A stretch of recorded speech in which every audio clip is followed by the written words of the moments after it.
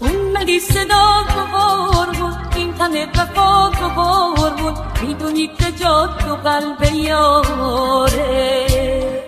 پیش تو دلم بهاره، عاشق روزگاره، اما روزگار وفا نداره. باز اومدی تو شعر من، دل دلم تازه شده، شب داره غریب و بی صدا از تو پر آوازه شده. اومدی صدا تو بار بود، این تن وفا تو بار بود، میدونی که جا تو قلب یاره.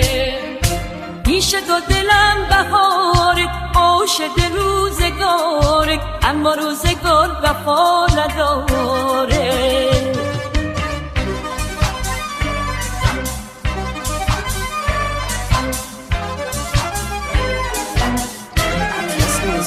گذشته ما زدی رقم، همیشه تاریکی و غم، من که هنوز عشق تو رو به عشق دنیا نمیدم.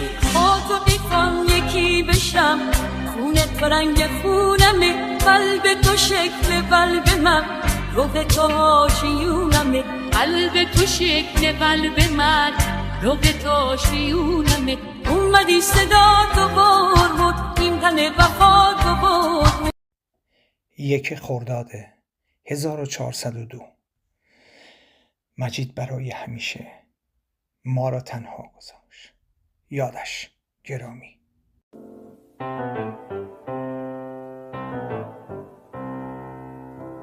بستی تو تا بار سفر از خونه ما، خاموش و سرد بی توییم کاشونه ما.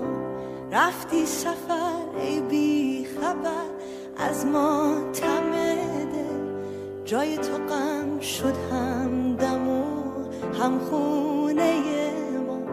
هر جا میرم یادت همیشه، هرگز ازم جدا نمیشه.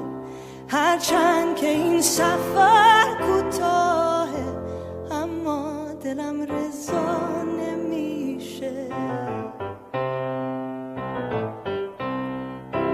تو در این سفر خدایا ز بلا نگه بدارش، که دل امیدوارم به خیال او نشسته.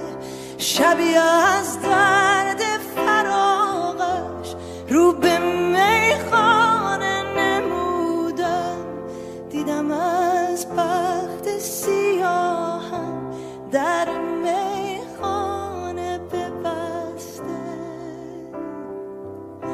فقط آرزوم همینه که تو از سفر بیایی، نکنه یه وقت بمیره دلم از غم جدایی.